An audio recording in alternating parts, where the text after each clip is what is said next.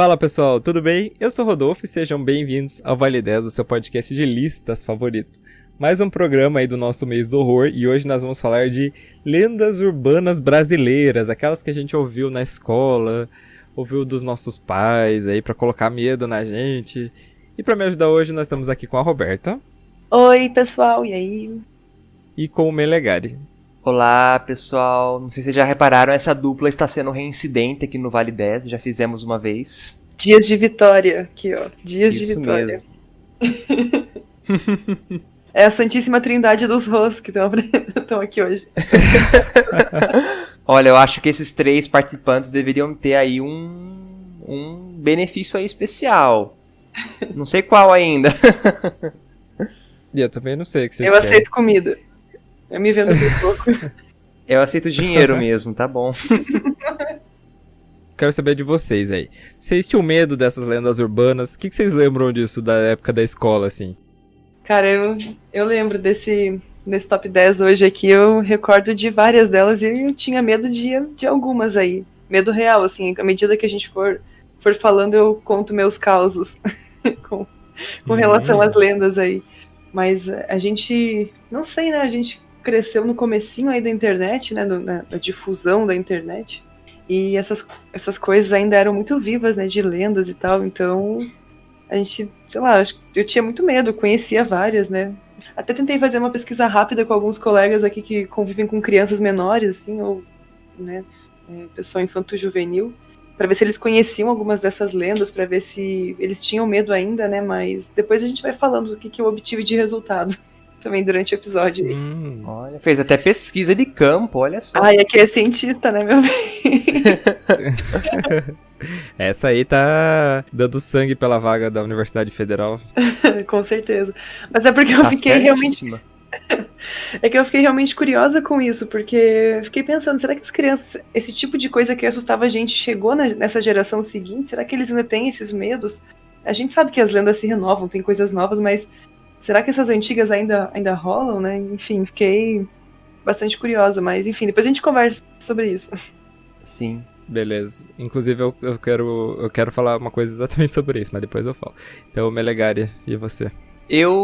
Assim, várias eu escutei depois da minha infância, então eu não tive contato com todas, mas teve uma aí que eu tive uma relação especial quando eu era criança, mas aí quando chegar a hora eu conto. Estamos cheios de causos aqui hoje, né? E antes de começar, gente, uma coisa que eu gostaria, assim, de deixar esclarecido é a diferença entre lenda urbana e folclore, porque isso acaba meio que se misturando, né? O ser folclórico é aquele que existe, né? Faz muito tempo aí, desde, sei lá, antes do Brasil colônia, né? Que tem lendas indígenas aí que existem faz muito tempo. Porque esse mito, né, como eu falei do ser folclórico, ele veio da sabedoria popular, ele foi passado por diversas gerações. Já a lenda urbana, ela também é um mito, mas ela é um mito bem moderno e com muito menos detalhes do que o folclore. Então, por exemplo, se a gente tá falando de lobisomem, mula sem cabeça, curupira, iara e etc., são seres folclóricos, porque eles existem aí faz muito tempo, né? O curupira é da cultura indígena, já deve existir aí faz, nossa, antes dos portugueses chegarem aqui. Mas é isso, gente. Então, vamos começar.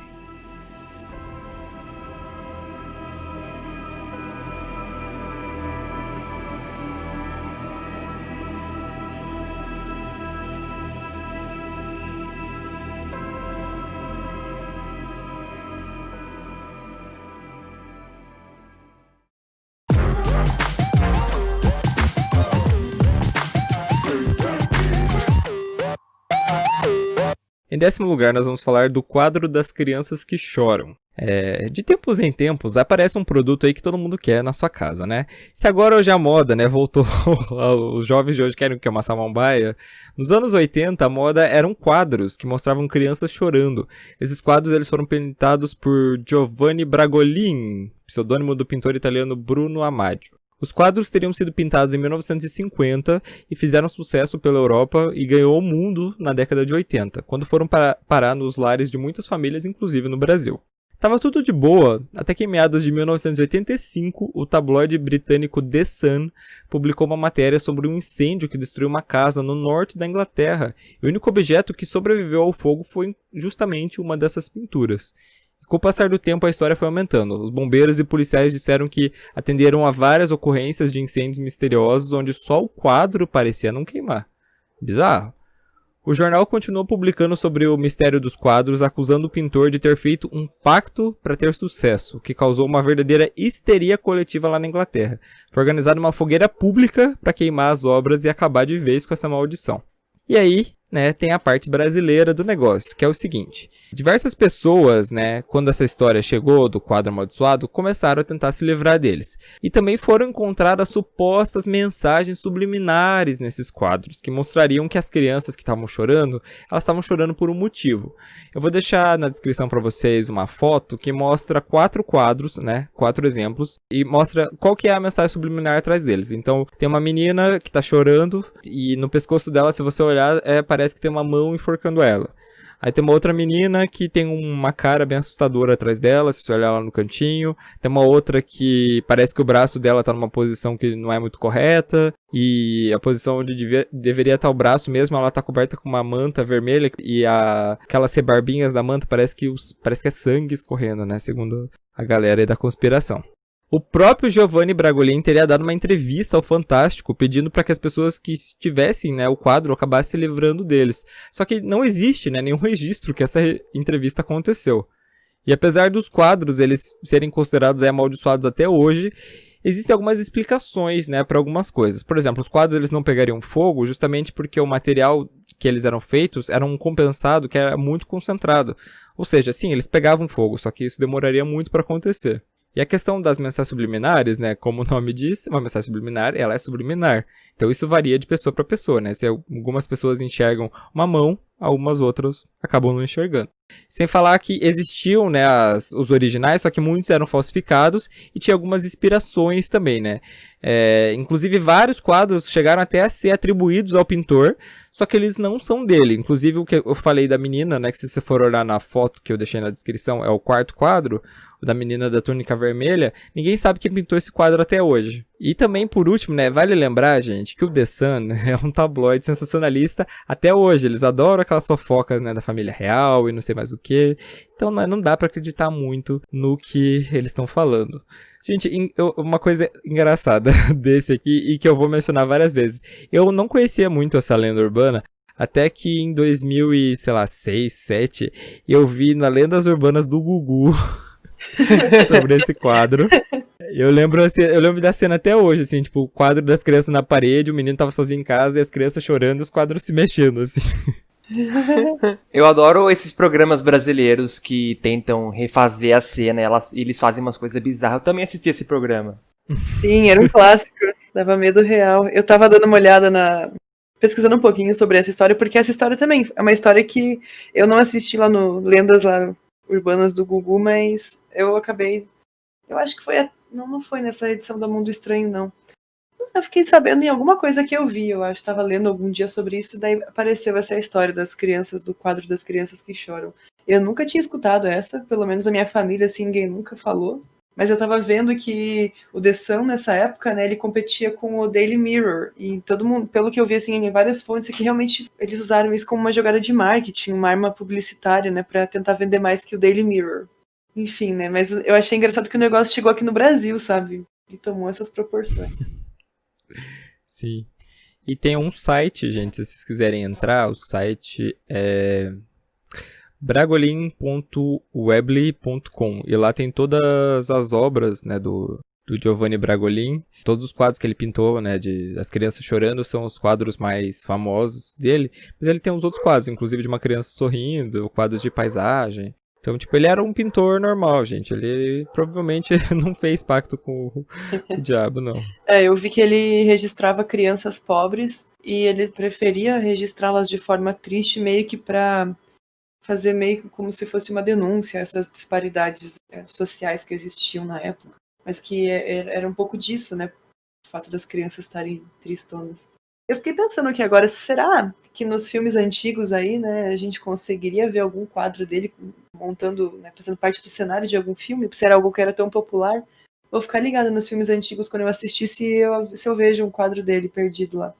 Olha, não custa dar uma procurada. Inclusive, eu vi gente falando que tipo, tinha em casa aqui no Brasil e mostrou até uma... Agora eu não lembro quem foi. Se eu achar, eu boto aí. Mas era gente, tipo, mostrando foto, assim, de, tipo, aquelas fotos quando eu era criança, né, com câmera analógica, e o quadro, tipo, atrás, na sala, assim.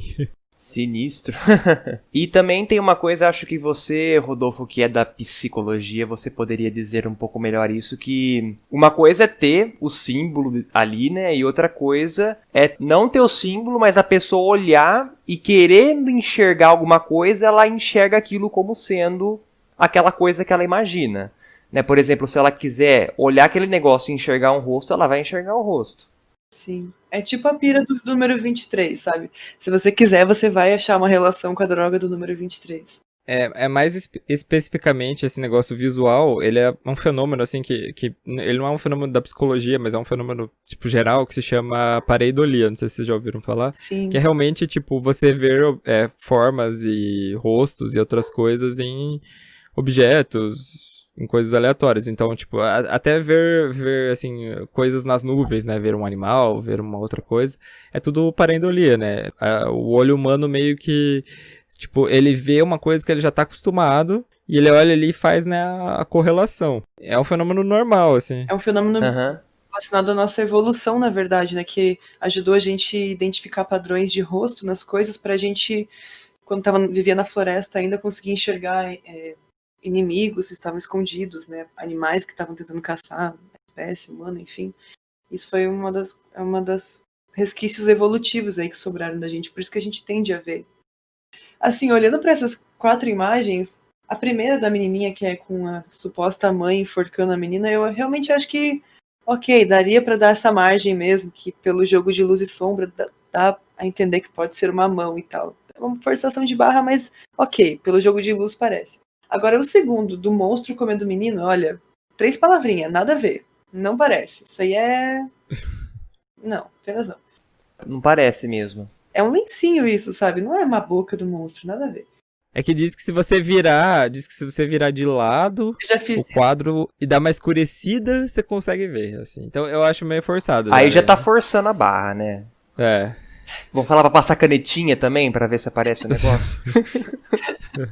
Ai, não. Daí já fica muito código da Vinci, daí que você tem que ficar pirando muito nas coisas pra ver o que você quer ver. Aí, menina de cabelo loirinho, quase branquinho, essa eu fiquei até achando que isso aí era uma montagem, esse rosto aí que aparece do lado dela. Porque, realmente, assim, esse acho que é o que mais parece que poderia ser alguma coisa. Apesar de que, enfim, né, tipo, não sei.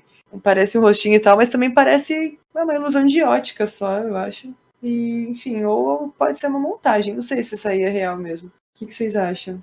Ah, eu não sei. Eu acho que aquela coisa que eu falei pro Rodolfo, né? Eu acho que isso aí foi a pintura do cara. Acho que ele pintou isso aí não pretendendo nada de subjetivo. Querer ou não, parece um pouquinho o rosto. Sem querer, ele fez isso e as pessoas estão olhando e falando, nossa, né? É o rosto de um demônio. Pois é. E daí essa mina de vermelho é que eu achei mais tosca de todas. Não, ela e o menininho lá também. Porque, gente, não parece sangue escorrendo, é só um chale com uns balançadorzinhos, assim, uns frufruzinhos presos no chale, sabe? Enfim, e o braço é o dela mesma, é a mesma textura do tecido que ela tá usando ali no casaquinho por baixo, ó, nada a ver. Aí já tá com a aspira errada, galera.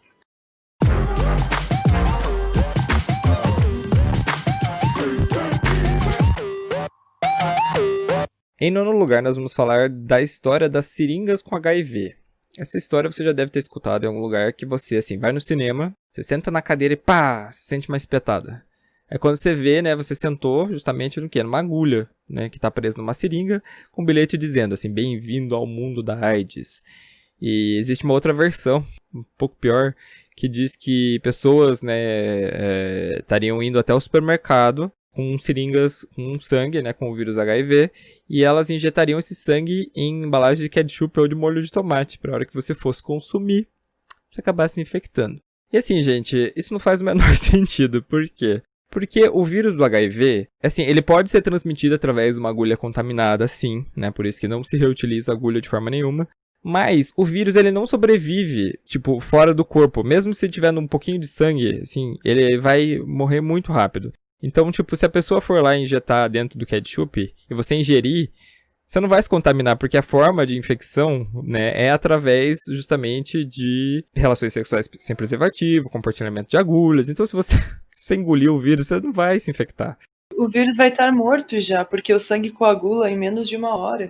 Então, o vírus vai ter morrido já, ele não sobrevive. Você vai ingerir vírus morto. Quer dizer, ele não é um ser vivo, né, agora. Como ele morre e não é um ser vivo, fica o questionamento. Mas, enfim, ele não está mais capaz de infectar ninguém, digamos assim.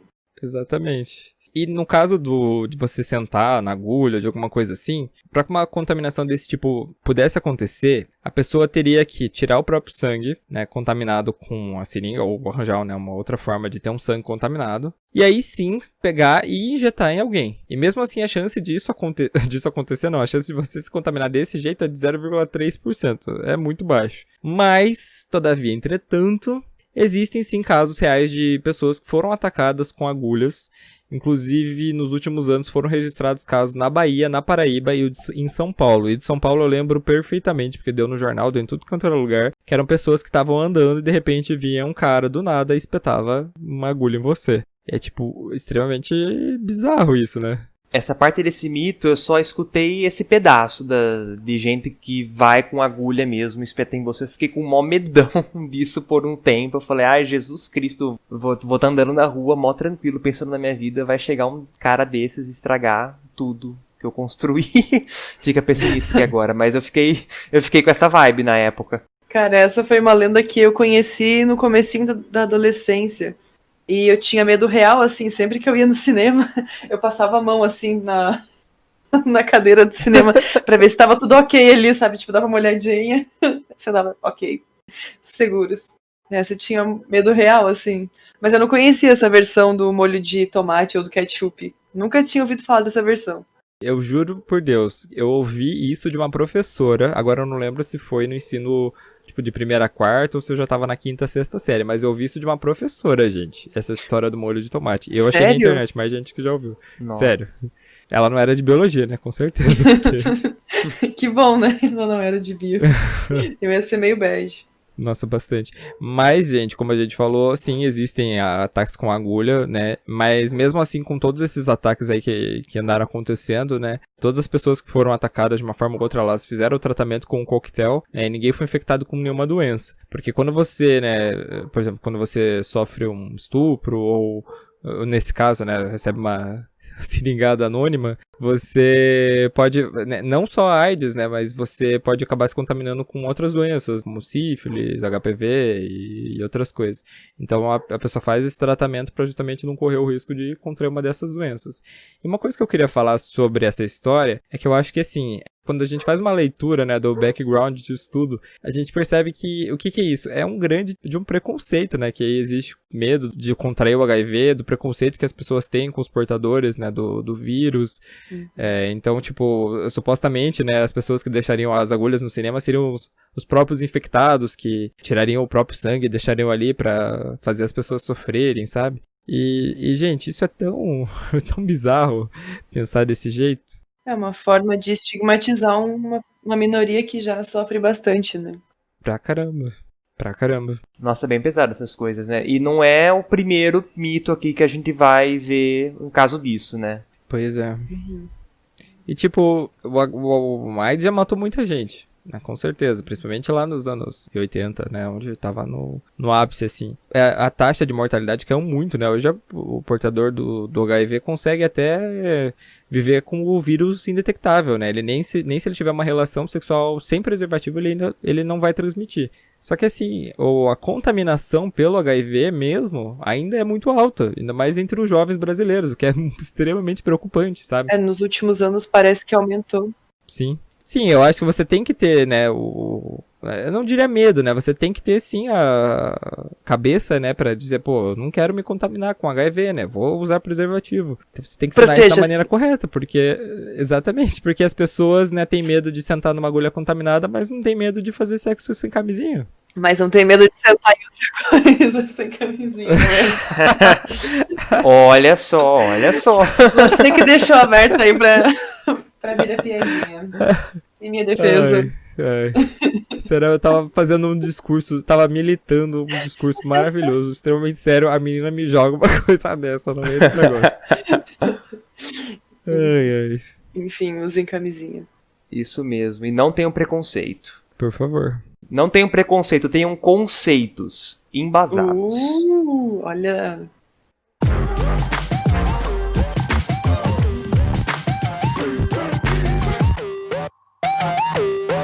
Em oitavo lugar, a gente vai falar da lenda do Opala Preto.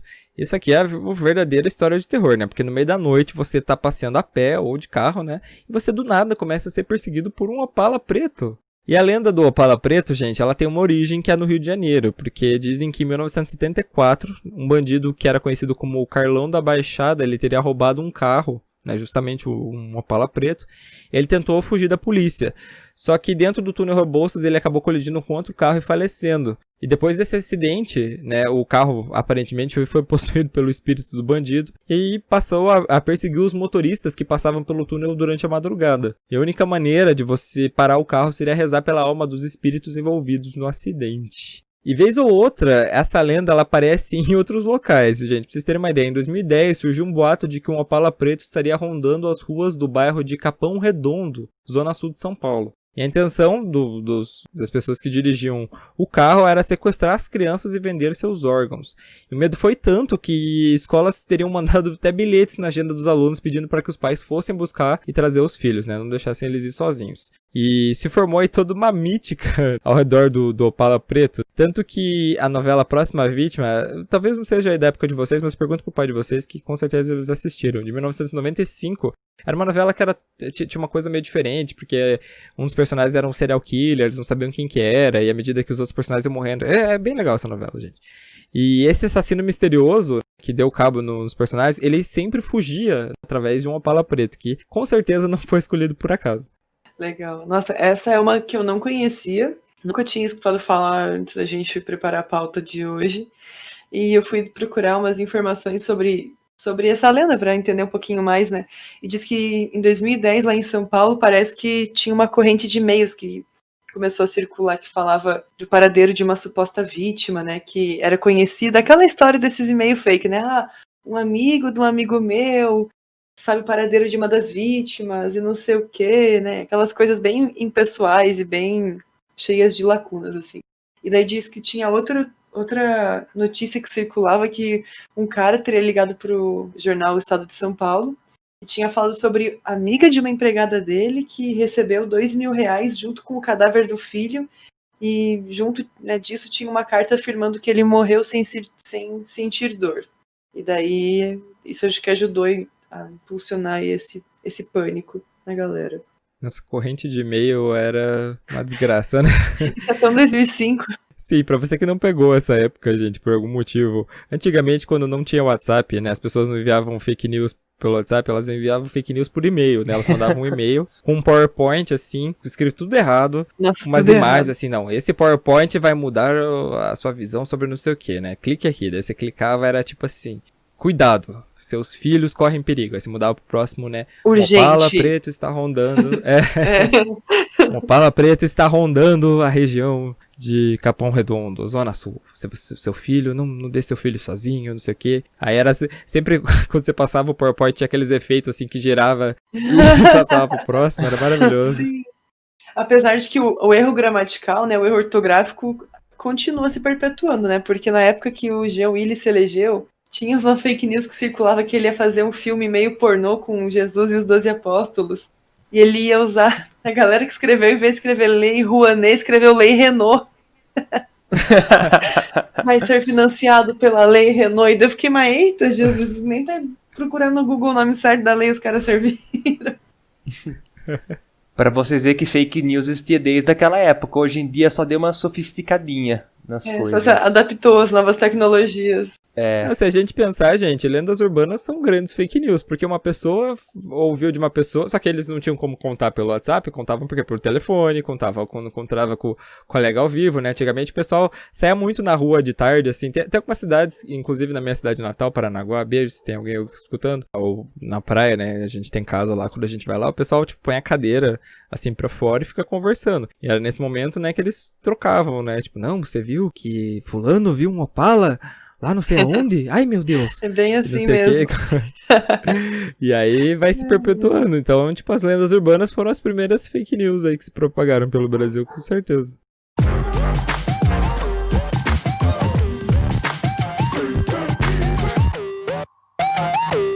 Em sétimo lugar, a gente vai falar da Gangue dos Palhaços. E antes da gente falar dessa lenda, a gente precisa comentar sobre um personagem muito importante aqui, que é um jornal. O jornal se chamava Notícias Populares. Ele foi, assim, provavelmente o primeiro clickbait que rolou aí no Brasil, porque, assim, ele era um jornal extremamente sensacionalista. E os títulos que ele usava pra chamar atenção, assim, na primeira página, gente, eram muito bizarros mesmo. Procurei Notícias Populares, você vai dar uma olhada. E foi nesse jornal que na década de 90 começaram a noticiar investigações sobre uma suposta gangue de palhaços que estaria atraindo crianças com doces e raptando eles pra quê? Pra vender os órgãos, né? E segundo o jornal, a primeira vítima dos palhaços foi uma menina de 11 anos que teria desaparecido na cidade de Carapicuíba, na Grande São Paulo. E depois que o jornal notificou isso, o pânico começou a tomar conta, né, de São Paulo. Então, em cidades como Tiradentes, Capão Redondo, Osasco, os pais não deixavam os filhos irem mais sozinhos para a escola. Em São Paulo, uma dona de casa deu uma entrevista dizendo que a gangue tentou raptar o filho dela, enquanto outra afirmou que presenciou o ataque da gangue na frente de uma creche. E o medo chegou também em São Roque e em Peruíbe, onde uma senhora jura que os palhaços aí tentaram atrair a filha dela. Então como que funcionava, né? Como que era o modus operandi dessa gangue de palhaços? Eles chegavam assim num... A história varia, né? Mas a maioria diz que eles chegavam numa Kombi branca. Chegavam perto das crianças, assim, tipo, abriam assim: oi, criançada, temos doces aqui. Quando as crianças chegavam perto, eles puxavam elas pra dentro da Kombi e partiam. E aí essas crianças não eram encontradas mais. Porque, né, elas eram mortas e tinham seus órgãos vendidos. E, gente, isso, assim, tomou proporções tão grandes, né, maiores que isso, que as escolas particulares estavam contratando seguranças pra ficar de ronda. E os palhaços de verdade, gente, eles estavam sendo atacados na rua, sendo hostilizados pela população, sofrendo ameaças, inclusive tem vários relatos aí se você procurar. E a polícia de algumas das cidades, né, onde o caos aí tomou conta, disse que estava recebendo muitas ligações de populares, né, com medo ou dando diversas informações, né, sobre supostos avistamentos aí da gangue dos palhaços, né. Foi realmente uma histeria coletiva, né.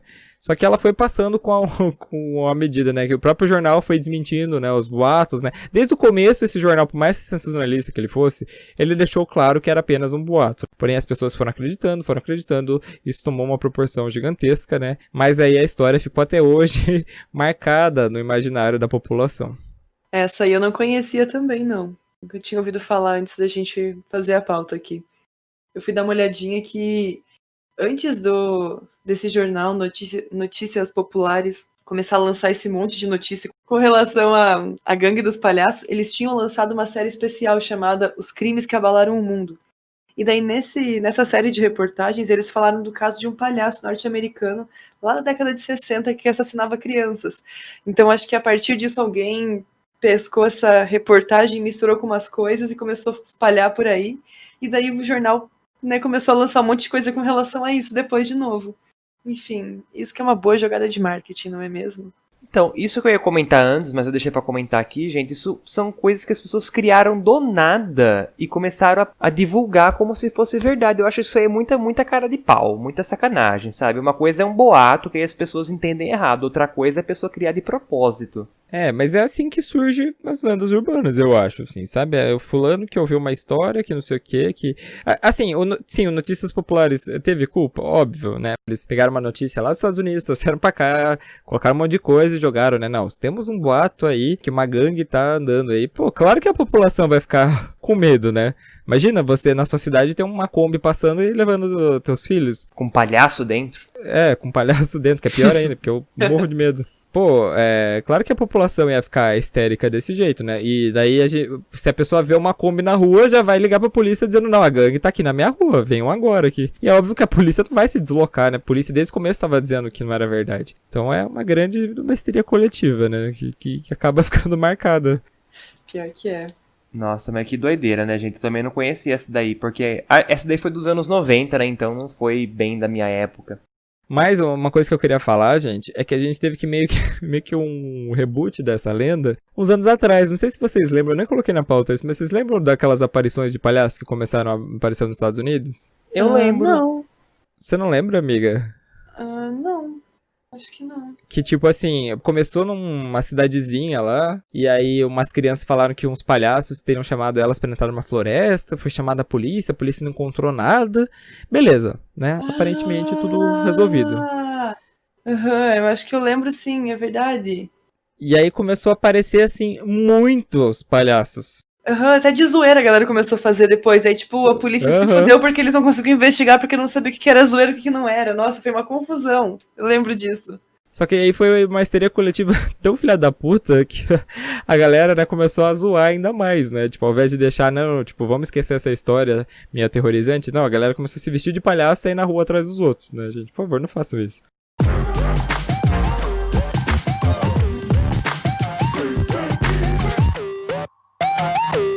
Em sexto lugar, a gente vai falar da história do bebê diabo. E aqui de novo, gente, quem tá aqui presente? O Notícias Populares. Coincidência? Acho que não. Com certeza não. Em 1975, o jornal trouxe a manchete mais bombástica da história do Brasil, acho. Dizendo assim, nasceu o diabo em São Paulo. E segundo a notícia, um bebê teria nascido em São Bernardo do Campo, né, que é no ABC Paulista, com chifres, pelos e um rabo. E além disso, na hora que ele nasceu, ele começou a xingar a equipe médica do hospital. E depois disso, ainda a criança teria fugido do hospital, né? E foi aí que começaram diversos avistamentos na região do ABC. Tudo estava sendo noticiado pelas Notícias Populares, né? O bebê dava um passo, as Notícias Populares estava atrás. E o medo, obviamente, né, tomou conta da população. Então dizem que o pessoal estava se recolhendo mais cedo, não ficava mais bobeando na rua e também não deixava mais as crianças brincarem na rua. E começaram a aparecer também, né? Gente, isso aqui é muito Brasil. Começaram a aparecer também pessoas que se diziam, né, que iam acabar com o bebê diabo, que iam cortar o mal pela raiz, entre bispos, pastores, médiuns. Até o Zé do Caixão falou que sabia como lidar com a criatura. Mas afinal, teve uma origem? Teve. Né? Segundo investigações, o boato começou depois que um repórter ele foi investigar o nascimento de um bebê com deformidades em São Bernardo. Então, assim, ele tinha um prolongamento do cóccix, né, desse ossinho que a gente tem um pouco em cima da bunda. E isso realmente lhe lembraria um rabo. Isso não é uma coisa tão anormal assim, gente. Às vezes a criança nasce desse jeito, até ali eles fazem a cirurgia ali logo depois do parto e já tá tudo bem. Só que assim, por algum motivo, né, esse jornal pegou essa história, incrementou e fez nascer, né, essa história toda do bebê diabo. Inclusive, pra você ter uma ideia, né, de qual foi a proporção disso. As manchetes desse bebê, elas ficaram no jornal por 25 dias. E a tiragem do jornal, que era de 80 mil exemplares, passou para 200 mil. Porque todo mundo queria ali seguir os passos, né, do bebê diabo junto com o Notícias Populares. E dentro desses 25 dias aí de reportagem sobre o bebê diabo, as pessoas começavam a se perguntar, né, por que o bebê nasceu assim? E daí o jornal tinha algumas explicações sobre isso, né? Eu vou ler para vocês aqui o que o pessoal afirmava nessas reportagens. Uma das coisas é porque diz que a mãe do bebê tinha sido convidada para uma procissão da Semana Santa, só que a mãe teria batido na barriga e falado, não vou enquanto esse diabo não nascer. Ou ainda também porque, de acordo com um suposto médico, ela teria criado descargas magnéticas negativas ao desabafar, falando a seguinte frase, por causa desse diabinho não posso ir dançar. E já também outra suposição que eles tinham era que o pai da criança seria um fazendeiro, ele usava sempre chapéu, e que ele não tirava esse chapéu por nada no mundo, então ele acabava desrespeitando Deus e tal, enfim, daí tudo isso teria supostamente corroborado para a criança nascer desse jeito, então a galera estava até supondo aí, né, hipóteses. Além disso, nessa época, uma clínica particular se ofereceu para exibir o bebê ao público, que tivesse curiosidade, mas que ele só seria exibido para pessoas que, né, para visitantes que fossem maior de 18 anos, que usassem crucifixo, não tivessem problemas cardíacos e se responsabilizassem por possíveis possessões demoníacas. Meu Deus! Gente, isso é muito coisa de Brasil, né? Não só conta uma história dessas, ainda joga mais coisa em cima pra piorar. E não é só isso. Eu adorei a clínica, falando que tinha que levar um crucifixo. Não, eu fiquei pensando exatamente. Vai que alguém fala, não, também eu tô aqui com o crucifixo, eu não tenho medo. E a clínica quer fazer o quê? Com a pessoa que chegasse lá. Gente, mas assim, essa história do bebê diabo, ela de vez em quando acaba voltando. Pra vocês terem uma ideia, né? Ela ainda acaba voltando. Em 2006, na cidade de Sete Lagoas, em Minas Gerais, teria nascido um outro bebê, já um bebê com 3 olhos. E esse boato tomou conta da cidade, né? Chegando inclusive a atrapalhar um show da banda Calypso que estava marcado, em que só 1/3 dos ingressos foram vendidos justamente porque a população estaria com medo de ir até o local. Inclusive, eu vou deixar no link, gente, pra você ver a reportagem. Gente, é maravilhosa. É maravilhosa. É simplesmente incrível. É simplesmente assim, devia ter ganhado um prêmio ESSO de jornalismo, porque é maravilhoso. Aí tá um cara lá, eles estão entrevistando um cara na rua. O cara fala assim, não, porque nasceu uma criança lá, não sei o quê. E a hora que a criança nasceu, ele falou assim. Aí eles botam um bebê de computação gráfica falando assim. Assim, a enfermeira teria falado, nossa, que bebê feio. Daí o bebê fala assim, com uma vozinha bem assim, feio é o que vai acontecer no show da banda Calypso. Meu Deus! Aí, tipo, a galera com medo de ir no show, gente. Olha, se tiver alguém de Portugal escutando esse podcast, saibam que o Brasil não é pra amadores. Não mesmo. Olha o que a galera inventa, gente. E ainda nessa época, o Notícias Populares, na época que saiu a reportagem na primeira vez, eles ainda tentaram emplacar mais 2 bebezinhos demônios lá, de outras cidades. Que um era o bebê peixe e outro um bebê atômico, mas daí essas duas não tiveram a repercussão que teve o bebê diabo. O bebê atômico. O bebê atômico. Eu não sei o que seria um bebê atômico, eu fiquei também muito curiosa com isso aí. Vou imaginar que seja radioativo. Ai, meu Deus. O bebê atômico. Gente, o bebê atômico é um herói nacional. Por que o bebê atômico não é um herói nacional? Gente? Bebê atômico parece o nome de um axé, não parece? Eu super imagino um axé com nome de uma banda de metal, assim, brasileira. Nossa, é verdade. Bebês atômicos. Nossa, ia ficar muito bom.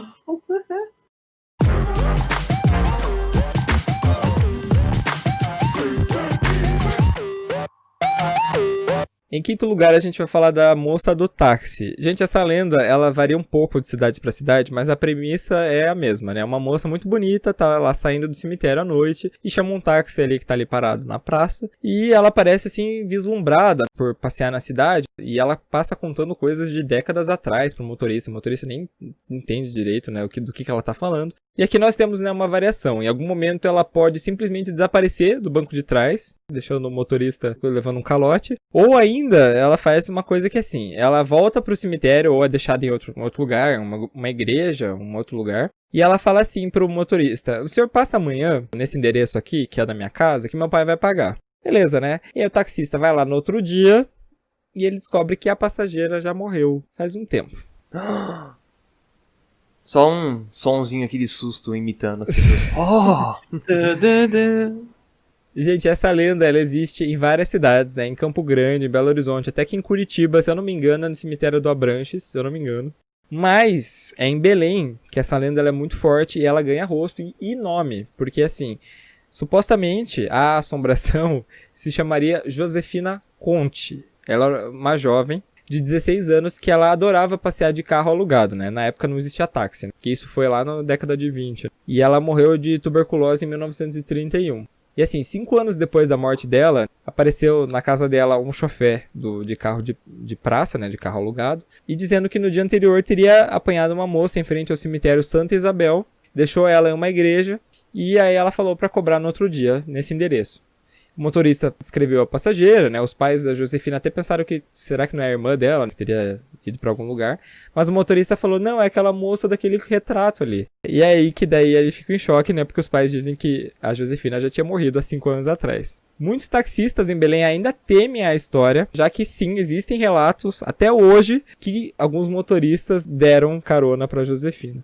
E para deixar a coisa mais cabreira, gente, isso é real, tá? O pai da Josefina, ele mandou uma foto dela pra Itália para que fosse incrustada no mármore, que isso a gente tá falando da década de 30. Seria um mármore para colocar no túmulo dela com a foto dela. Só que quando o mármore chegou, a Josefina ela tava usando um broche de carro que na foto original não existia. Muito curioso, né? Eu também tinha escutado essa história aqui. Sabe, essa é uma das histórias que eu escutei quando criança, mas, sabe, meio vago, não tinha um cemitério específico, sabe, foi muito, muito vago. Então, assim, não pode se dizer que tem aqui em Araras, sabe, só pode dizer que foi contada. E eu não dei muita bola, porque na época eu tinha mais medo da loira do banheiro. Na minha cabeça, a loira do banheiro e que na verdade eu conhecia como loira fantasma, essa do táxi. Então, eu confundia um pouco as duas, assim, sabe? Tipo, eram lendas que meio que se misturavam na minha cabeça quando eu era pequena. A loira que chegou no banheiro de táxi. É isso aí. Ai, ela tava apuradíssima, gente, não dava tempo de ir andando. Mas essa lenda aqui em Curitiba em Curitiba é bem famosa, dessa loira do carro, a moça no carro, enfim, do táxi. Eu escutei várias pessoas de lugares diferentes falando assim durante minha vida. Eu não sei, pelo menos no meu círculo era bem famoso essa lenda. Era bem famosa. Sim, aham. Eu posso ter falado besteira sobre o cemitério, mas que eu lembre, gente, é do cemitério do Abranches mesmo. E, cara, o Abranches é um lugar longe aqui em Curitiba. Eles davam uma volta com a mulher dentro do táxi. Dava um rolezinho. Dava um Não rolê. tinha Uber nessa época, né? Não tinha busão direito e tal. Não, agora é a loira do Uber, né? Já vai ter a nova lenda Será urbana. que as crianças têm essa lenda? Será? Acho que não, amiga. A loira do carpool. A loira do 99, né? A loira do BlaBlaCar. Porra, só que esse é pior, né? Que você viaja longeão daí. Nossa. Não, mas mais difícil. já que você tá falando da criança, eu até falei que queria falar um negócio antes, eu vou aproveitar pra falar agora. Essas lendas aí, gente, elas são muito aí da minha época, né? Da Roberta, do Melegari, porque nós somos tudo aí mais ou menos da mesma idade, nascemos tudo nos anos 90. Então a gente acabou pegando essas lendas, elas já vêm faz muito tempo, né? Como você pode ver, essa história da moça do táxi vem desde a década de 30, 40. Mas essas histórias que são passadas aí pros nossos pais e tudo mais, acabam ficando no nosso imaginário. Eu imagino, né, que com o advento da tecnologia, da internet, essas lendas mudaram totalmente. Então, hoje existe muito, né, as creepypastas, que a gente vai fazer um podcast sobre creepypastas ainda, gente, relaxa. Ai, sim. Roberta já Essa tá é importante. empolgadíssima. Já tô me intimando aqui, me alistando. Então, eu acho que, assim, hoje, as crianças elas não devem conhecer essa história da moça do táxi, porque eu duvido que muita criança deva ter pego um táxi na vida, né? Se tem gente da nossa idade que acho que nunca pegou um táxi, porque táxi sempre foi uma coisa super cara, imagina agora que tem Uber, tem 99, né? Tem outras facilidades. É que as lendas surgem a partir da vivência das pessoas, né? A gente pegou muita lenda que tinha muita relação com o mato ainda, quando a gente era pequeno, né? Essa coisa de lobisomem, de mula sem cabeça, Saci Pererê. Eu tenho vários amigos que os avós ainda falavam disso pra eles, né? Mas daí na nossa época a sociedade começou a ficar mais urbanizada com a geração dos nossos pais, né? Então, aqui no Brasil, o país se tornou mais urbanizado na geração dos nossos pais, que nasceram aí na década de 60, 70. Então, as lendas também vieram para esse contexto mais de um espaço urbanizado. Então, por isso que tem essas coisas que a gente tá falando aqui, né? De roubar rim, de loira do banheiro, loira mulher do táxi, essas coisas que tem a ver com, né, o cenário urbano. E agora, hoje em dia, o que tem? É tecnologia. Então, as creepypastas e lendas acabam tendo esse contexto também de surgir por conta de jogos, por conta em vídeos, essas coisas, né, que advém desse momento que a gente vive agora. Sim. Então, talvez por isso que fique um pouco descontextualizado para as crianças de hoje. E também, né, gente, eu não sei se vocês sentem isso, mas, por exemplo, quando a gente ouviu essas histórias, nos anos 90, 2000, era uma história muito oral, né? E como a gente não tinha acesso à internet, a gente não tinha tanto, assim, noção de você separar a verdade de mentira, né? Eu sinto que, por exemplo, eu mexendo na internet hoje, eu tenho uma criticidade muito maior à notícia, sabe? Se eu vejo uma notícia muito mirabolante, eu desconfio na hora, sabe? Mas eu não sei se é pela idade minha, que eu já sou uma pessoa mais velha aí, né? Não sou criança, ou se é uma coisa da internet, sabe? Se as pessoas são assim na internet. Olha, eu sinto que não, sabe? Eu acho que sempre teve esse tipo de coisa, as pessoas sempre acreditaram. Uma prova disso são as correntes de e-mail que recebiam antes. E não só isso, né? Os próprios boatos. Cara, aquele caso que é super famoso do radialista que contou que leu um trechinho do acho que Guerra dos Mundos, se eu não me engano. Ele estava lendo, mas tinha também uns efeitos sonoros que eles colocaram quando o radialista leu. E daí, isso é bem antigo, não lembro se é anos 50, anos 40, enfim. E daí ele leu os trechos desse livro, só que quem pegou o programa no meio achou que ele estava falando sobre um relato real e a galera começou a entrar em pânico porque achou que tinha alienígena invadindo a Terra, sabe? Então, é o pânico coletivo, né? Essas coisas todas. Eu acho que sempre teve, só vai mudando a forma mesmo, a abordagem, sabe? Mas Acho que sempre teve. Sim, foi o Orson Welles, né, que falou isso em 38, né? Isso! A transmissão da famosa Nossa, transmissão da é. Guerra dos Mundos. Exatamente. E daí a galera rolou um pânico, assim, generalizado mesmo, real, assim. De gente saindo na rua, né? Tipo, pegando as coisas e indo embora. É tenso. Então eu acho que é mais devido ao... Eu vejo isso em mim, acho que devido ao amadurecimento. Então, isso aí, pessoas amadureçam. Cresçam. Mas é que eu acho que você também, tipo, a gente tem uma formação um pouco mais nas humanas, então, não sei se isso implica alguma coisa, mas não é humanas, na verdade. A gente tem uma formação acadêmica, a gente, tipo, é ensinado o método científico, né, em teoria, né? Deveria ser. Então a gente às vezes fica um pouco um pé atrás, a gente faz artigo, tem que ir atrás de fonte, então a gente tá meio que programado para pensar dessa forma, mas quem que falou isso? Quando é que falou isso? De onde veio essa informação, sabe? Então, talvez a gente que tem esse contexto mais acadêmico já tenha um treinamento um pouco mais aguçado para isso, talvez. Em relação às lendas urbanas, na internet, tem uma ou outra que eu não conhecia, eu passei a conhecer na internet. Então, não sei, sabe? Mas quando eu vejo essas lendas na internet, eu já vejo num tom de zoeira, sabe? Num tom de que tá caçoando. Então, não sei, acho que valeria um estudo. Quem aí for da área poderia estudar como essas lendas se difundem atualmente. Mas eu acho que é como vocês falaram um pouco atrás, eu acho que isso tem mais a ver com a idade das pessoas e com a formação e com o tempo de quanto tá estudando, do que justamente com algumas outras coisas. Porque assim, se na nossa época a gente tinha medo da loira do banheiro, do velho do saco... Cara, hoje em dia as crianças, o que elas têm medo, né? Da Momo, do Slenderman. Slenderman, eu acho que as crianças de hoje acho que também já não tem isso. Já foi um pouco mais pra trás, já passou. Agora já é coisa de velho, já é coisa nossa. Mas tipo assim, são lendas que surgiram do advento da internet, né? Como a gente falou. Tem muitas dessas coisas, né? De vídeo amaldiçoado que você não pode ver, né? Dessas outras coisas. Cara, na nossa época tinha o assustador.com.br. Sim. A foto da menina lá. Menina do corredor, famosa. É, famosíssima. Verdade. Mas isso assim, isso foi no comecinho da internet, também pegou a nossa geração, mas hoje em dia acho que as crianças nem sabem mais dessa história da menina do corredor. Então, eu acho que é isso que faz muito parte do negócio que a gente tá falando, da lenda urbana, sabe? São histórias que vêm e voltam, são histórias que... Elas têm um contexto, elas têm um contexto, né, pra antes. acontecer em determinado momento. São histórias que... Novas histórias acabam surgindo, né, com o advento de novas tecnologias, novas épocas. Então eu acho que isso tudo faz parte da essência da lenda urbana, né? Como a gente falou lá no começo, a diferença de folclore. Folclore tá aí, a gente escuta a história de lobisomem, desde a Grécia Antiga tinha história de lobisomem. E a gente, uma coisa que a gente escuta até hoje, sabe? A lenda urbana é uma coisa que é muito recente, né? Quantos anos tem o Slenderman, né? Que o cara começou lá a fazer um concurso de fotografia, uns 10 anos atrás, sei lá, e, né, explodiu desse jeito. Então, acho que isso que é interessante, né? Na lenda urbana que a gente tá falando. E essas lendas, elas por vezes também representam coisas que nós temos medo. Você muda a roupagem delas conforme as idades vão passando, né? Conforme as gerações vão passando e as vivências de cada geração, mas você tem essas coisas, né? Por exemplo, esse negócio da mulher do táxi que a gente falou agora. Ela nada mais é do que uma representação desse medo de você não saber quem que tá vindo no teu táxi, para quem trabalha com transporte, né? Quem que é o próximo passageiro e tal. Então, vem do imaginário mesmo, né? Popular e dessas representações do que é incerto pra gente. Roberta Junguiana, arrasou. Muito bom. Ai, amigo, aqui é a geografia cultural. Isso que é importante, formação humana, todos deveriam ter. Gente, uma coisa interessante é que a Josefina ela virou uma intercessora. Então o túmulo dela hoje é visitado por algumas pessoas que agradecem a ela graças recebidas. Então eles deixam flores, placas de agradecimento, acendem velas ali. Um fenômeno interessante é que isso vem justamente de taxistas. Olha só que interessante, ela virou meio que a padroeira não oficial dos taxistas de Belém. Tem alguma intercessora que você conheça aí de Araras, Rodolfo? Olha, tem o cemitério municipal aqui, né, bem grande inclusive.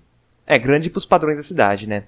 E tem um túmulo de uma criança no cemitério. Até agora ninguém sabe muito bem quem é. E o pessoal deixa a flor, deixa a vela, porque dizem que ela intercede. Então, tem sim aqui, né, um túmulo de criança. Inclusive, visitem, para quem vier fazer turismo em Araras, visitem o cemitério. Vocês vão achar umas sepulturas muito bonitas, muito interessantes dos barões que viveram aqui, porque tivemos barões de Araras, barões do café. Então, eles têm uns túmulos muito interessantes. E tem o túmulo da criança também. Quando você vai em um cemitério e você vê que um túmulo tá muito enfeitado, tá com muitas flores, Ui, susto do caralho, tô com... Porra, tô com o interfone aqui. Porra. É a loira pedindo uma carona. A loira do 99, ela veio entregar a encomenda da Roberta.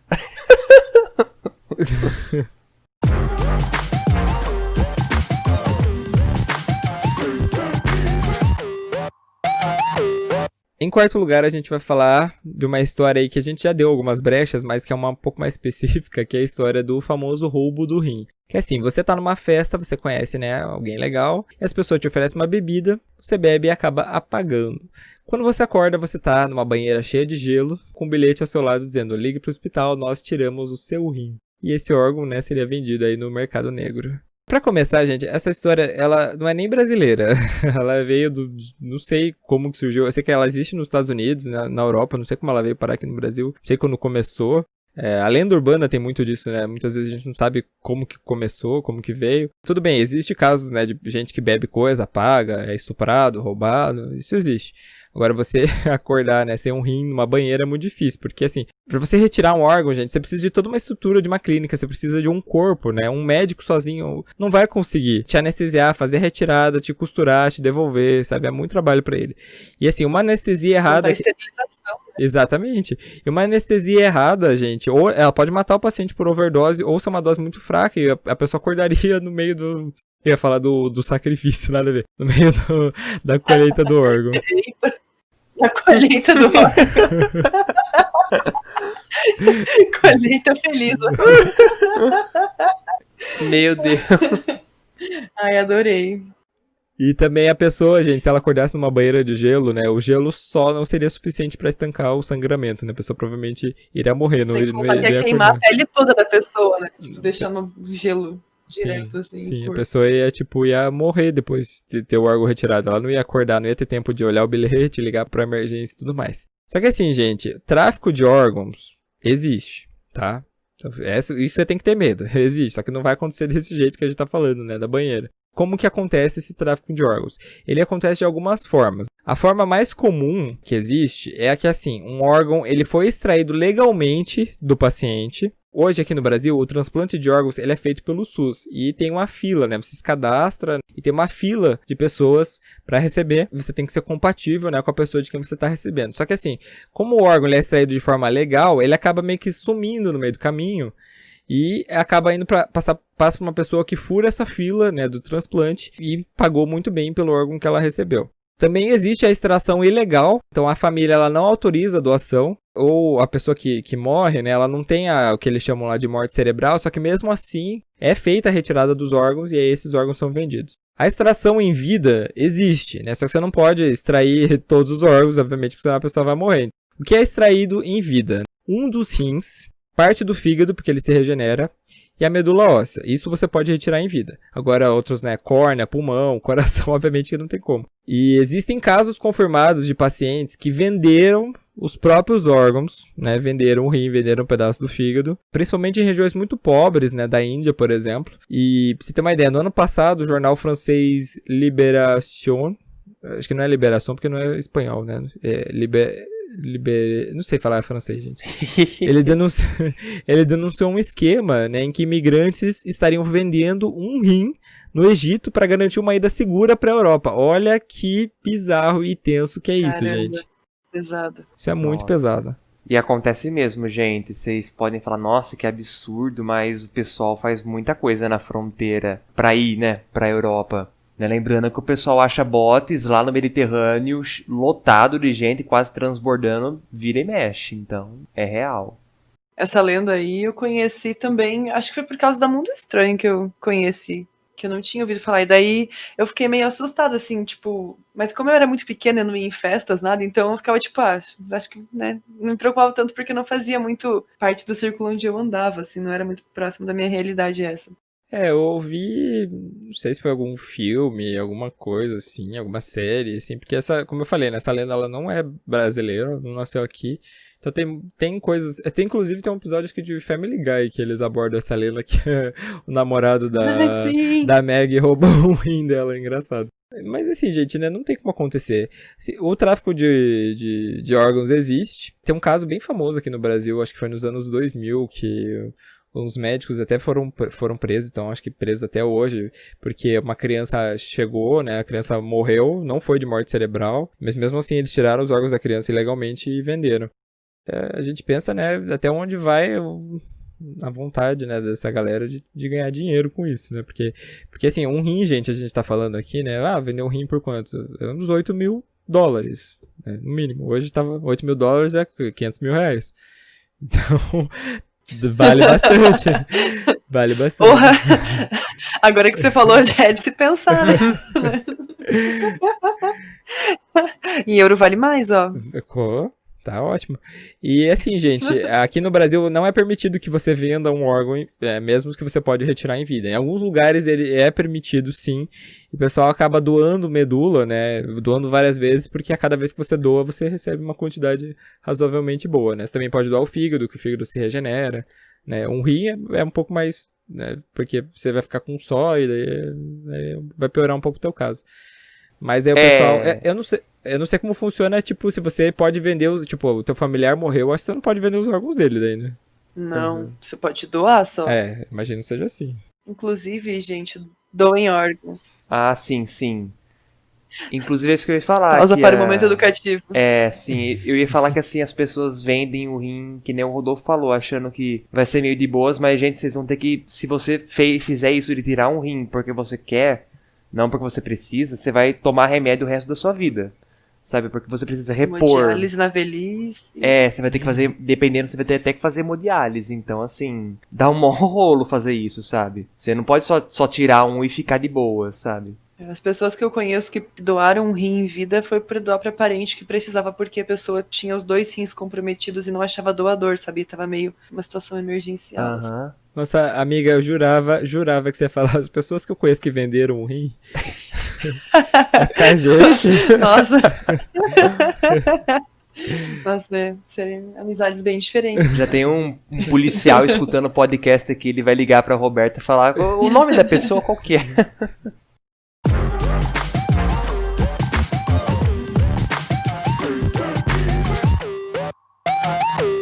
Em terceiro lugar, a gente vai falar de 2 bonecos, do Fofão e da Xuxa. O Fofão, se você não sabe o que é, ele era uma coisa estranha, com umas bochechas enormes, assim.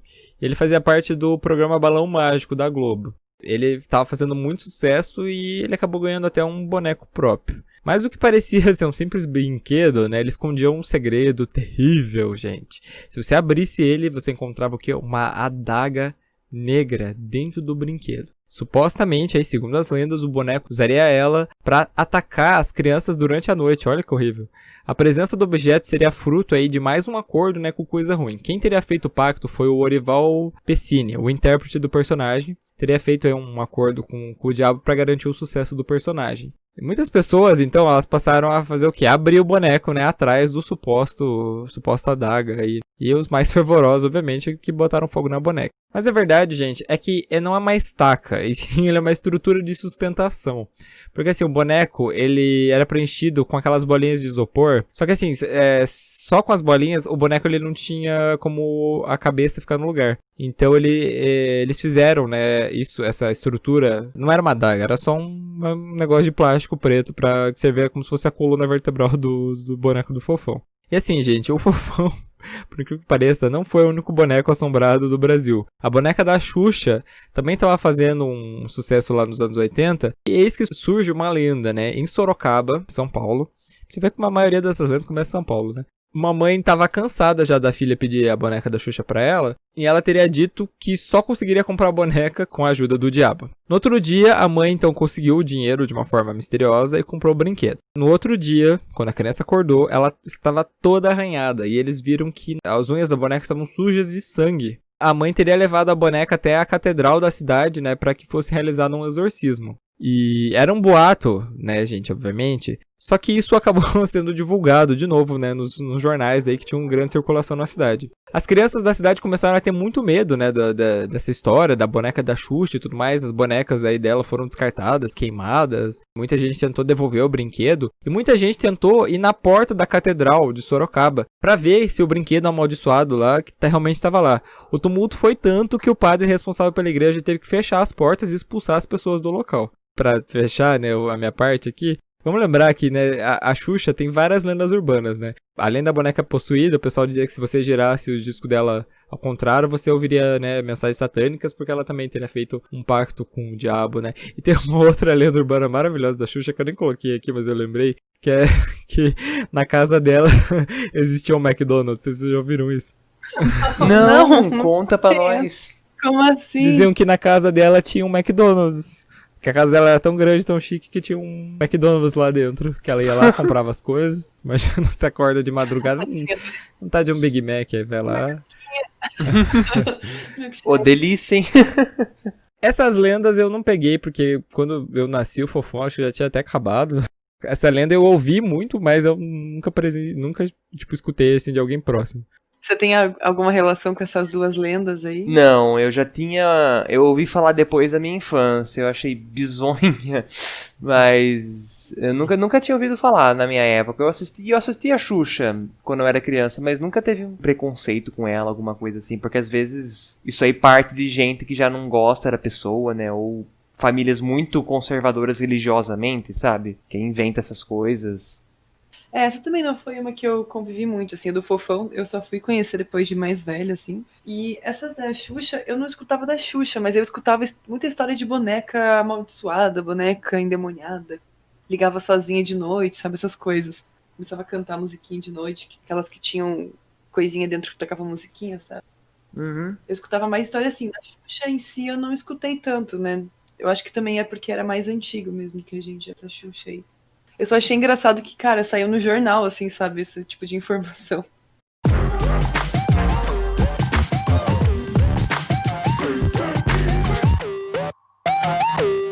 Em segundo lugar, a gente vai falar aí da lenda urbana do Homem do Saco. Essa lenda, gente, ela existe em diversos países, né? A lenda base, que é assim, a criança que se comporta...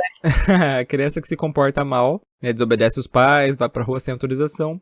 Se o pai falar assim, ó, cuidado que tal coisa pode te levar embora. Aqui no Brasil a gente tem o Homem do Saco, que seria um senhor mal vestido, com uma barba grande, ele teria um aspecto assim, bem de morador de rua, e levaria um saco grandão nas costas, né, onde que ele colocaria as crianças que não obedecem.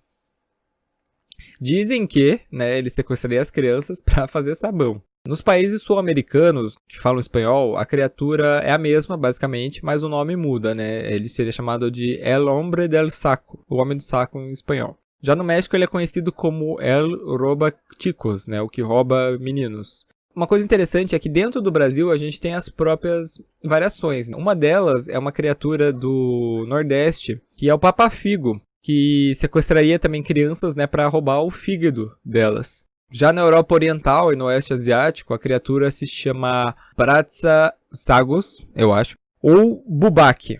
E na Rússia e os países ali adjacentes a ela, seria ao invés de um homem, né, o homem do saco, é uma mulher, uma bruxa muito velha, que é a Baba Yaga, que também raptaria as crianças desobedientes. E é interessante que a gente notar, né, que, como eu falei, nessa lenda tem várias variações, porque ela se assemelha muito a uma lenda clássica, que é a do bicho-papão, que é uma criatura que meio que, sei lá, sem forma definida, e que levaria justamente as crianças malvadas. O bicho-papão, que em inglês, né, ele é chamado de Bugman, ele é mais conhecido, né, nos Estados Unidos e na Inglaterra. Ele é uma história bem mais antiga do que as próprias variações que a gente tem do Homem do Saco. Mas é o que eu trouxe aqui pra vocês, todas essas variações.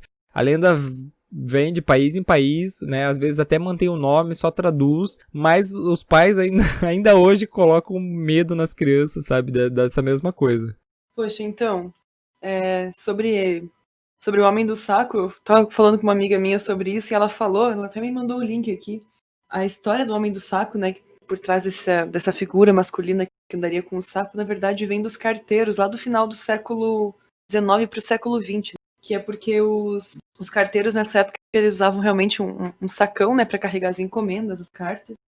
E era muito comum que crianças fossem transportadas nesse processo, porque talvez era uma forma um pouco mais barata de transportar crianças, mas era uma prática que não era incomum de acontecer ali nesse finalzinho de 1800, comecinho de 1900. E na verdade as crianças elas não eram jogadas dentro do saco, obviamente, né, elas apenas acompanhavam os carteiros pelos trajetos que eles iam fazendo, porque naquela época o transporte era um pouco mais difícil, né, uma cidade era muito mais distante da outra. Se ele precisava ir de uma cidade para outra, ele ia andando com o carteiro, porque o carteiro não tinha o carteiro da cidade, né, era um carteiro que ia passando por várias cidades, então as crianças eles acompanhavam esse carteiro. E era uma forma bem conhecida das crianças irem de um lugar para outro, né, e os pais confiavam nos carteiros, né, para deixar os filhos irem com o carteiro para fazer essas viagens aí. Diz que teve, deixa eu ver aqui, ó, isso é nos Estados Unidos, tá? Deixa eu ver, teve aqui, ó, tem a história de uma criança, né, da May Pierstorff, de 4 anos, que foi enviada de sua casa em Grangeville, Idaho, até a casa de seus avós, que ficava numa distância de 73 quilômetros. E daí o que acontecia? As crianças, eles colavam selos postais nos casaquinhos das crianças. Achei essa parte ótima.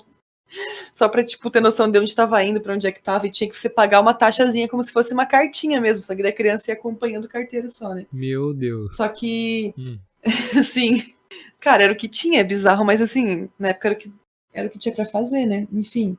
E daí diz aqui que no começo de 1900 essa prática foi decretada como ilegal, né? Era ilegal mandar crianças com os carteiros, só que ainda assim, com a ajuda de alguns funcionários, né, os pacotinhos, né, as crianças foram enviadas tem relato de até 1920 as crianças terem sido levadas dessa forma, né, de um lugar para outro. Mas enfim, então talvez isso tenha muita relação com essa história do homem do saco, né, tipo, se não se comportar, vou te mandar embora com o carteiro, sabe, mandar o homem do saco te levar. Faz bastante sentido isso pra mim, né, que tenha derivado daí também uma parte dessa lenda, enfim. Pelo menos em alguma parte, em algum momento, enfim, achei legal isso. Olha, Eu tô chocado. Roberto fez uma verdadeira pesquisa aqui, não tenho mais nada pra comentar. Gente, eu tô chocado com os pais mandando as crianças pelo correio. Olha, mas eu vou falar assim, gente, dessa lenda, de todas as lendas aqui, essa foi uma das que eu mais tive contato. Os meus pais nunca foram de me colocar medo, mas meu pai, ele era conhecido assim por contar história de terror pra criançada. Então meu pai contava muito essa história do Homem do Saco. A minha relação com a história do Homem do Saco era... A minha avó falava isso pra gente quando a gente começava a roer unha. Que ela falava que a gente não podia roer unha sem o Homem do Saco e pegava a gente. Mas é a única relação que eu tenho. Esse Homem do Saco fiscal de... Fiscal de criança. Fiscal de ansiedade alheia das crianças. Esse Homem do Saco, ele tinha um salão de beleza, então, ele fiscalizava as unhas. Falava, como assim? Você está roendo a unha? Essas unhas, menina, vamos dar um jeito. Ele colocava você no saco e levava pro salão dele. E você, Melegari, você lembra? Essa eu tive zero contato. Ninguém nunca me falou dessa. Meus pais também não eram de me contar, de me amedrontar com histórias, sabe? Então, todas as historinhas que eu escutava na escola. Na escola, grande propagadora de medo entre as crianças e entre os coleguinhas, sabe? Meus pais nunca. E essa do saco também nunca escutei. Então, não tenho muito o que dizer a respeito, mas... Tão fantástica quanto as outras aqui. Eu gostei que a Roberta trouxe aí uma contextualização histórica. Achei muito interessante. Graças à minha amiga que contou que me mandou o link aí, gente, porque eu não imaginava também isso. E daí teve outra amiga minha que falou que na casa dela, né, da família dela, o Homem do Saco, né, se chamava Barabeque. E diz que a avó dela que assustava ela e os primos quando eles eram pequenininhos. E daí diz que ela tacava pedra no telhado, dizendo que era ele caminhando no telhado porque ele vinha buscar as crianças que se comportavam mal. E daí eu fiquei pensando, de onde será que vem essa nomenclatura? Eu fiquei espantado com a pessoa tacando pedrinha no telhado pra falar que se eu fosse criança eu ia estar morrendo de medo. Eu ia falar, ai, Jesus, socorro! Que aterrorização. Não aterrorizem tanto suas crianças, adultos que estão escutando o nosso podcast. É só dar limite, não precisa ficar... não é a mesma coisa que deixar a criança solta, mas não precisa terrorizar o bicho, não.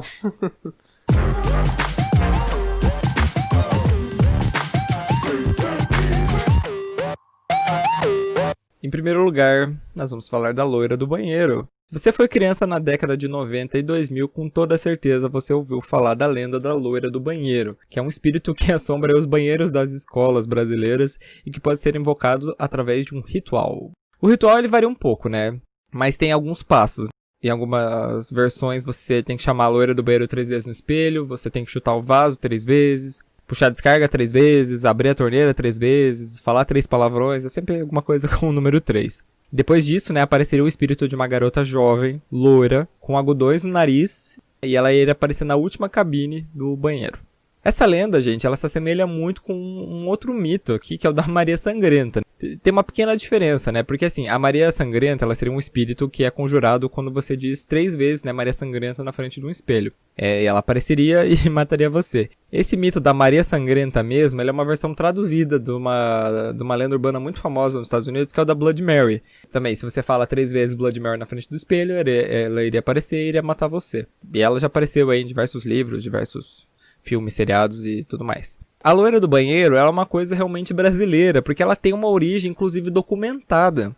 Ela seria o fantasma da Maria Augusta de Oliveira Borges, que nasceu no final do século XIX em Guaratinguetá, São Paulo. Ela teria sido obrigada pelo pai a se casar aos 14 anos, só que ela fugiu para Paris, né? E ela ficou lá até em 1891, quando ela faleceu aos 26 anos. A família então trouxe o corpo da Maria Augusta de volta para o Brasil, e até que o túmulo fosse construído, o cadáver da jovem ele foi mantido em uma espécie de uma urna de vidro no casarão da família. A mãe, por estar muito sentida, ela não queria enterrar a Maria Augusta. Queria deixar ela ali naquela urna de vidro.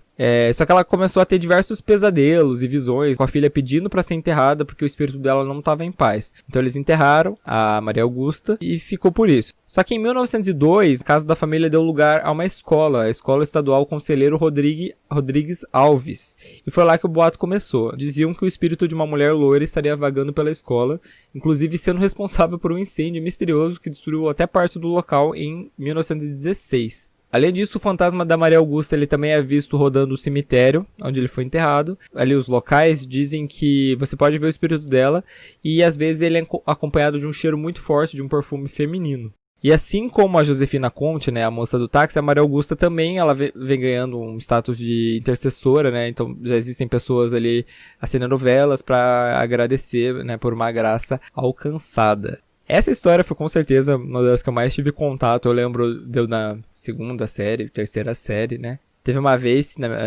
no colégio municipal que eu estudava, que a gente tava na hora do intervalo, e aí de repente, né, teve uma gritaria no banheiro das meninas, e elas estavam lá invocando a loira do banheiro, e alguém gritou por algum motivo, e a inspetora foi lá e acabou com aquela palhaçada dela lá, e mandou todo mundo de voltar pra sala já. E vocês tiveram contato com a loira do banheiro?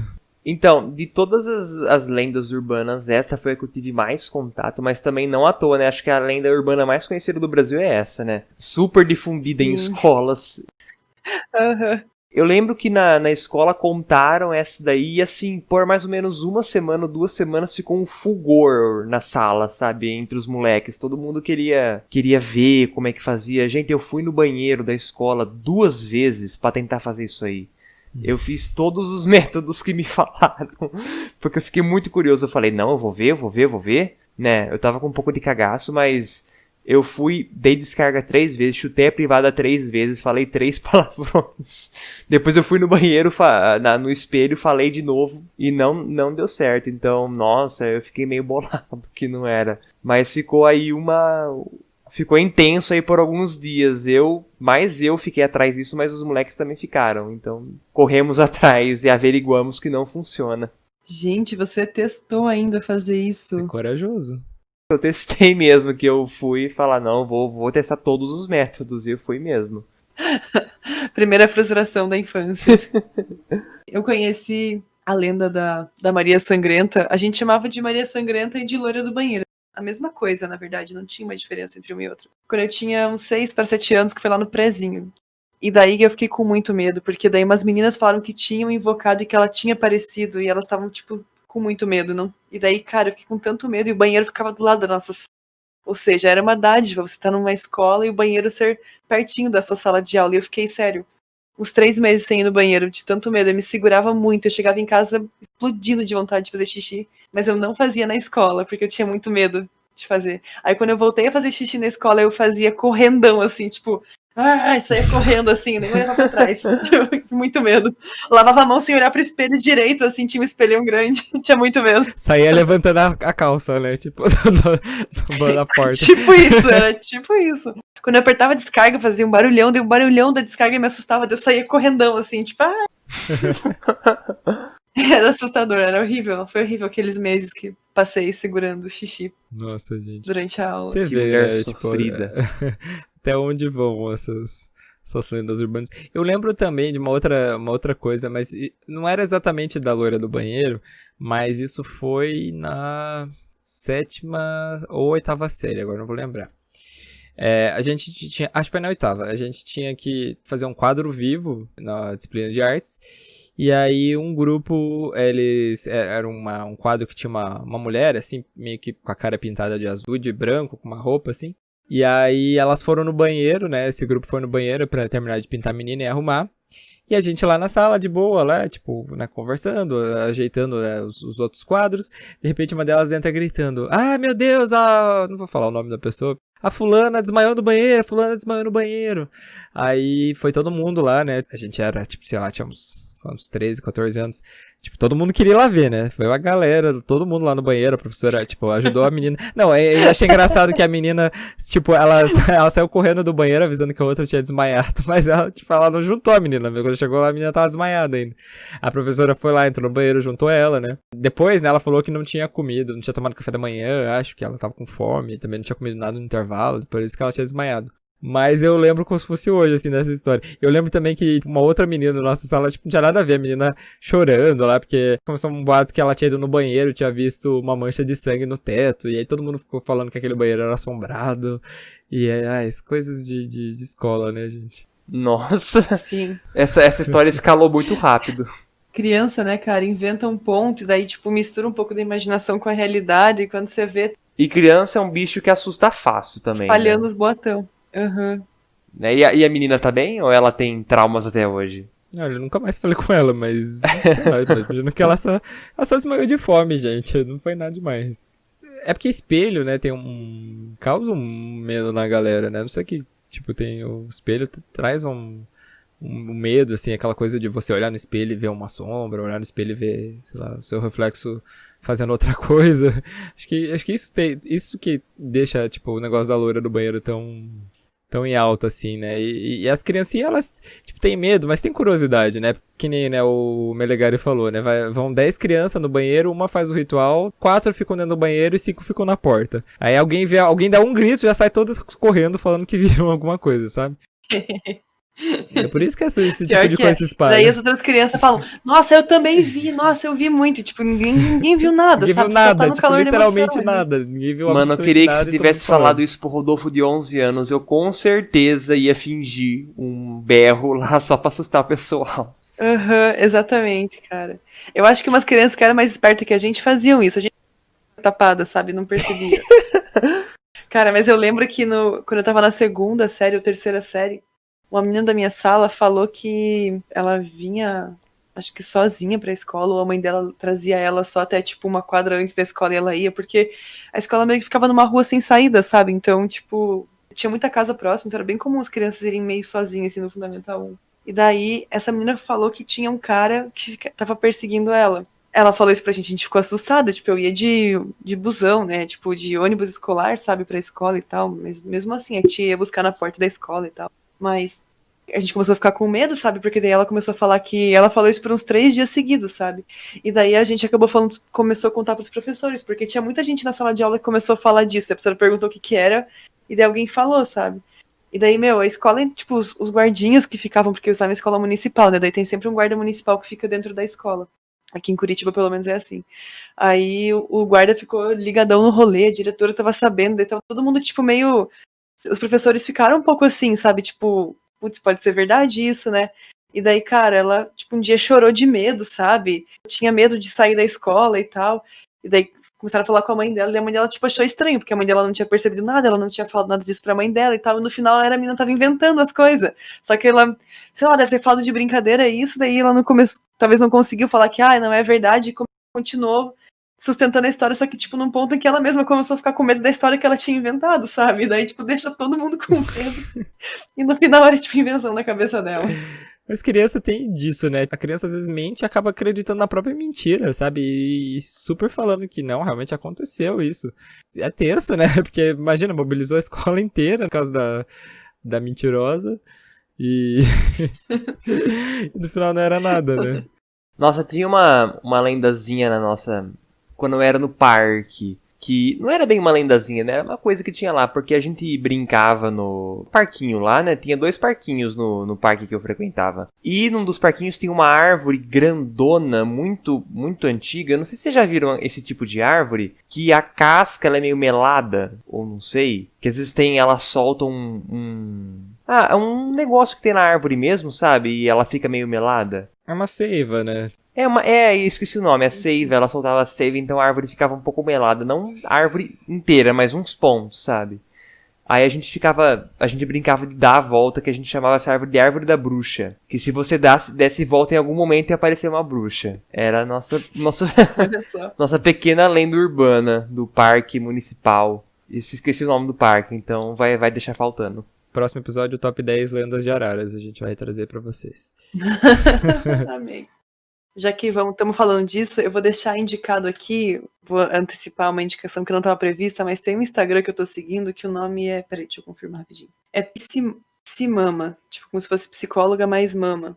E ela é uma psicóloga que ela é focada focada na psicologia infantil. Então é legal que ela posta várias diquinhas, assim, sobre como lidar com criança, essa coisa de horário de dormir, medo, educar a criança de uma forma geral mesmo, sabe? Enfim, se alguém é mãe aí, acha que pode ser interessante, ela traz temas bem legais e formas de pensar, assim, bem interessantes, né? Eu não sou mãe, não pretendo ser mãe, mas como a gente tem um pouco né, sou professora e tal, então é bem legal porque você acaba entendendo algumas coisas, né? Enfim, ou pensando sobre algumas coisas de forma diferente. Eu achei ela tem uma abordagem bem legal. E é com essa dica antecipada aí da Roberta que nós vamos entrar no nosso Vale Indica. Vamos lá.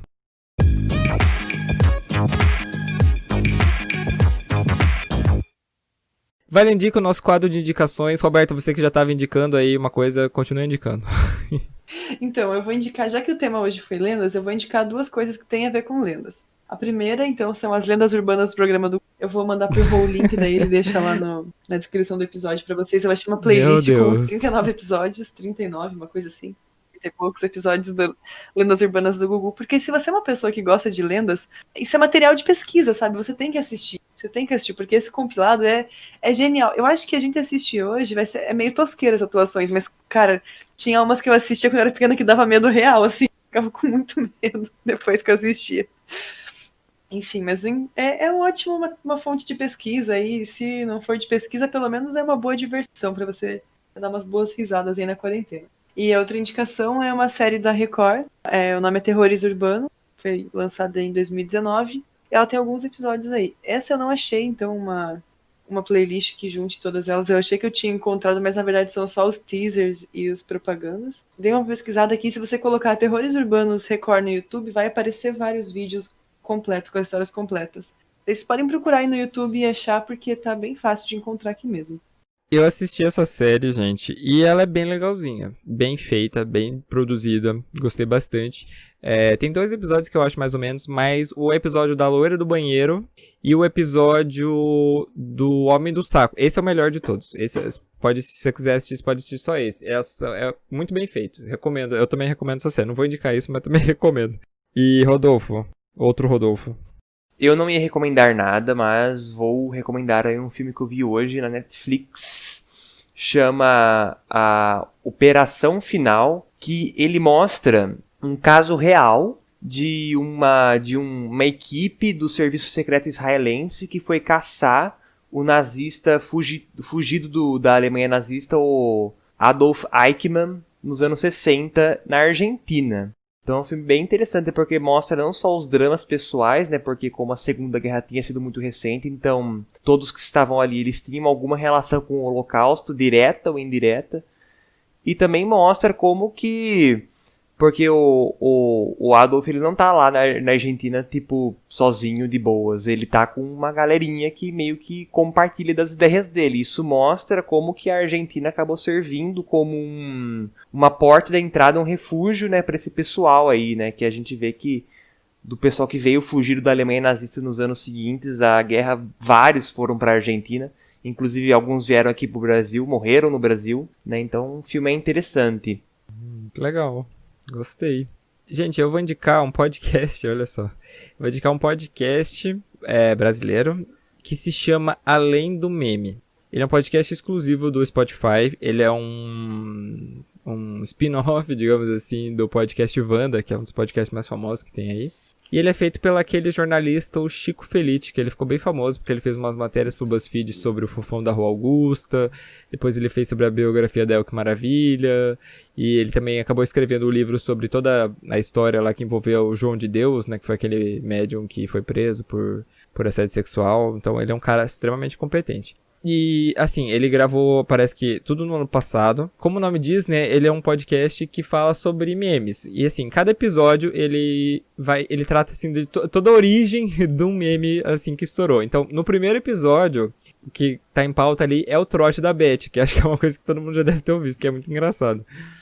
Então ele vai lá, ele busca, né, tipo, fala com quem fez o trote, com quem produziu. Ele consegue uma entrevista com a Beth, que ela nunca tinha dado uma entrevista até agora, com ela, com a filha dela. E daí ela conta, né, como que é a repercussão do quadro na vida dela. Se teve alguma influência na escola de música, onde ela trabalha, né, porque ela é uma das donas e tudo mais. Aí no segundo episódio é sobre o Glitter, Em Busca de um Sonho. Ele entrevista algumas das drags e mulheres trans que tiveram lá. E o terceiro episódio é sobre a Alessandra Cariúcha, eu acho que é o nome dela. Que é aquela menina lá que do concurso Garota da Laje, que fala lá que eu não tenho estria, meu peito é duro. Sou bonita pra caramba. Sou bonita pra caramba. E ela fica com esse carro usado, meu é 0. Nossa, gente, eu uso semanalmente esse meme na minha vida. Sou toda natural. Sem a marmelada. Muito engraçado. Ele fez uma entrevista maravilhosa com ela. Foi bem interessante conhecer um pouco mais dela, o que ela tá fazendo hoje, da vida dela. Eu acho que vale super a pena. Acabou de sair, né? Tá sendo um episódio por semana, tá no terceiro episódio já. Próximo episódio, spoiler, né? Ele solta um spoilerzinho no final, é sobre a grávida de Taubaté. Eu quero muito ver. Se é que ele conseguiu uma entrevista com ela. Pô, eu não tenho Spotify, cara. Tristeza, eu queria escutar esse podcast. Baixa o aplicativo do Spotify, porque tem alguns podcasts que estão virando exclusivos do Spotify, mas assim, pra ouvir música você tem que pagar, mas pra você ouvir podcast é de graça e não tem comercial, então é só você baixar o aplicativo do Spotify que você consegue. Pra você ouvir qualquer podcast que tenha no Spotify, você consegue ouvir de graça, gente. Fica aí a dica também. Nossa, eu vou baixar agora então, vou assistir. Então fica aí a minha dica, além do meme, eu ri muito quando eu tava escutando. Gente, nessas últimas semanas eu mostrei algumas vezes para umas pessoas que não conheciam. Eu tive que mandar o link da Beth. A mãe do Matheus não conhecia, a gente passou para ela. Nossa, esse da Beth é muito bom.